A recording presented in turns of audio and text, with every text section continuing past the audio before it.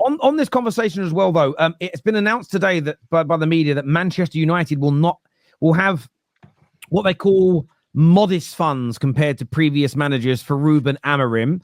Do you boys think United fans should be fearful of this news? Not really. The narrative in the media is that Man United are always broke. They've never ever got any money, and then you go out and you do 150, 200 million pounds. Like the summer just gone in June and July, we were hearing Man United aren't prepared to go and spend huge amounts of money. And what didn't you do? 170 million plus you got rid of 70 odd million of homegrown talent, and that's the thing that Man United have got, which have got over most of the Premier League teams, is their academy just churns talent out left, right, and centre. Like Romano announced earlier today that a 16-year-old who's very, very similar or similar to Kobe Mainoo has just come through. It wouldn't surprise me if he goes out on loan, gets put into the team, and then you've got another 60, 70 million pound asset. Like United will be absolutely fine. I think they're just playing down the media. They're going to let Ruben come in. You know, he's got a relatively, other than a couple of games here or there, the first 10 games are a decent, set of games coming up, good fixtures. You'll go on a run. You'll get into January. You'll still probably go and sign a couple of players. And then it's all about the summer. But I just think they're just playing it down. They don't want a huge amount of pressure to come on Ruben. It actually seems like the first time where Man United are actually trying to get their act together. Like Ten Hag, kind of when he was coming in, he had a great record in Ajax. He beat Madrid at the Bernabeu.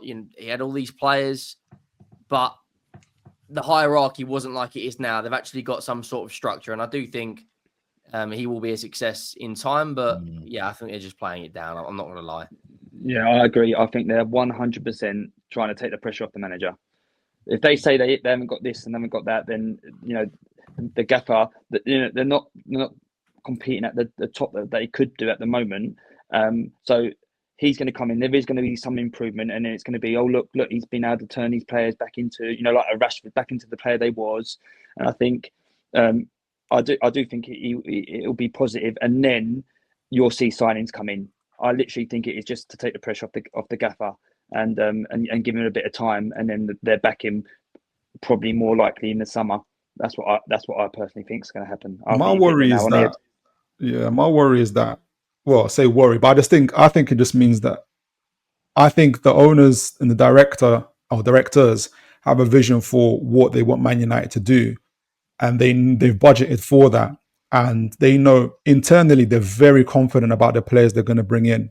But they know that maybe externally the perception, and people might think, well, they're not spending as they used to. They're not big old Man United. The problem is they might be wise Man United now in terms of the players that they're getting in. And I think they're just preparing people for that we've got our targets. They're not going to be as, naming lights type of your Falcao's, your Zlatan Ibrahimovic's type of thing. They're going to be names that you might necessarily have heard of, but they are going to make this team better. And so that's my kind of take on it. I think it's PR, but it's positive PR in terms of what they're planning to do and the players they're planning to recruit. It's going to be still Man United.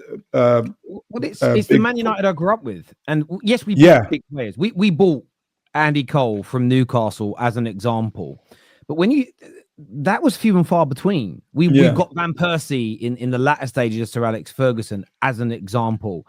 But you actually go through what Man United used to do, and this was ever before Fergie was at the club. This goes right back to the 50s. This goes right back to that period.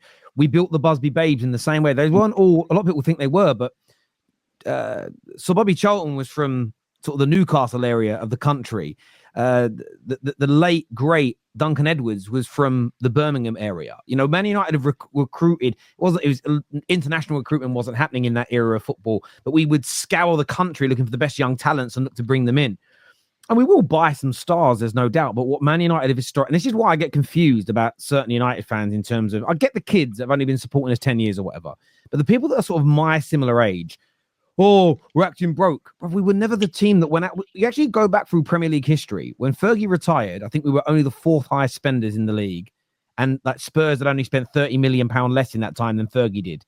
So we were big spenders, but it wasn't like we were stripping everybody and leaving everybody behind.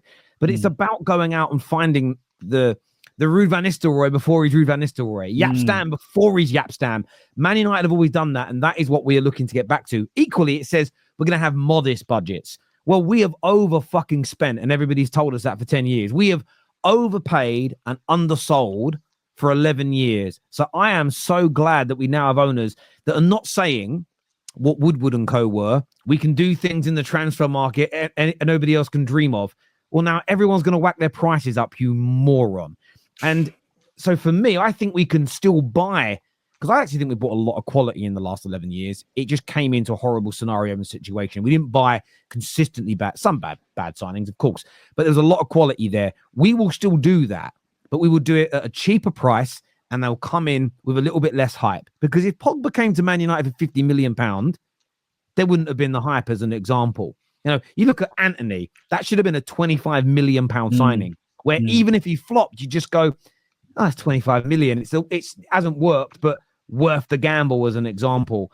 We could buy it. I reckon with good people running our club, we could do the last 11 years again, buy all the same players, but spend 400 to 500 million pound less and raise an extra 300 or 400 million pound in sales. So I think Man United fans have got to get off of this weird notion that we've got broke billionaires. They're the second richest owners in the league, only behind Newcastle's. They will invest money. In fact, they've put over 200 million pound of their own cash in already. We're going to get a new stadium that's going to be the biggest in the country. They're investing billions into that. At the same time, that we're still going to have one of the highest wage bills in the country and in Europe. And we will still probably on average spend 150 to 200 million pound a year, but we will raise more through sales, which we've been awful at. You actually go back and look at the amount of players we've sold. I think we sold someone this summer. Scott McTominay was something like one of us, barring like since it's post Fergie era, was maybe a higher sale outside of Angel Di Maria. 30 mil? At 30 odd mil. And I think Di Maria and Lukaku were higher. Everybody else we sold for less than McTominay. And the amount of players we've sold that are better than McTominay in that time is ridiculous.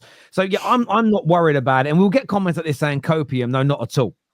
It's the opposite to copium. Finally, I feel relaxed about my owners. I want to hear this. I think we're playing a bit of Billy bullshit, playing it down, but I want us to act broke. I want us to pretend that we ain't got any money. The best business people in the world typically act like they're running out of cash now. You know, loads. You ever sell your house to an experienced house buyer last minute? Sorry, I can't raise the mortgage. We're gonna have to pull out. They try and get an extra 20, 30,000 off the price of your house. You deal with experienced people. They do this. I want us to act like this. I want us to be thrifty. I want us to save money because I've always hated this notion from fans. I'll just spend whatever it costs. It ain't my money. It's the dumbest logic in history because there's the limit to what everybody can spend. And if you burn the candle at both ends, guess what? The wick runs out a lot quicker than you want it to. And Man United have been in that scenario under Ollie, especially, where we had a pretty good team. You know, if we could go out in January and buy a better striker or buy a better midfielder, but there was no money left because we kept on burning it. So, yeah, I love what they're saying right now. For me, I think it's great. I like the direction that we're going in. You know, it's going to be a long, hard journey to try and get back to the top. But I'm growing ever more confident that we will get there in the coming 2 or 3 seasons with the structure, who's running the club, the new head coach, and just what they're saying and doing. It's the doing for me. And they're not reinventing the wheel. They're not discovering fire. They're just operating like all the other successful giant clubs do around Europe. And I think for me, that's the most important bit. So yeah, I'm very, very happy. I'm not worried about the news. It is what it is. A comment here from PD, who says the Real Madrid fan waffling about Emery finished 5th his first season when he couldn't buy a win in the last 8 games in the league and got trashed in the Europa League final. Also got sacked after having Arsenal in 11th. If Unai Emery spent as much money and had as much time as Arteta has, you guys would be in a lot better situation right now. Unai Emery's a better manager. And wait, how long did it take Arteta to finish higher than Unai Emery? What, like two seasons? Yeah, 2 seasons after, right? Because, yeah, Emery got 5th. And then, yeah, he got sacked the following season. And that's just because he came in after Wenger. He was never going to get enough time. Like, when you replace a legend, your leash is always short. So the bar has dropped in terms of standards at Arsenal. So here's what it is. Tell my mate, could you be a bro by making a compilation of all the PGMOL answers starting from last? Bruv, do you know how long that would take me? You mean all of the things that Howard Webber said? Maybe I will try my best to put some of those together, but I wish I had like cataloged them now though, so they're just quicker and easier to find and go to, because some you remember and they seem to get buried on social. Like trying to find some of them is mad. But for objectivity, you'd also have to catalog all the right decisions at the same time as well, wouldn't you? So for me, do you know what? For me, it's not even about right or wrong decisions anymore when it comes to the PGMOL. It's more about, one week they'll say this is the correct decision, and I go, I agree with it, and I listen to the explanation. I go, that makes sense. Following week, the following week, a decision is 90% the same, as in the incident's 95% the same. They give an opposite decision, and then they sit there and justify it, but the justifications for that contradict what they said the previous week, and I sit there and think, what the fuck's going on here? It's very weird. It's very, very weird.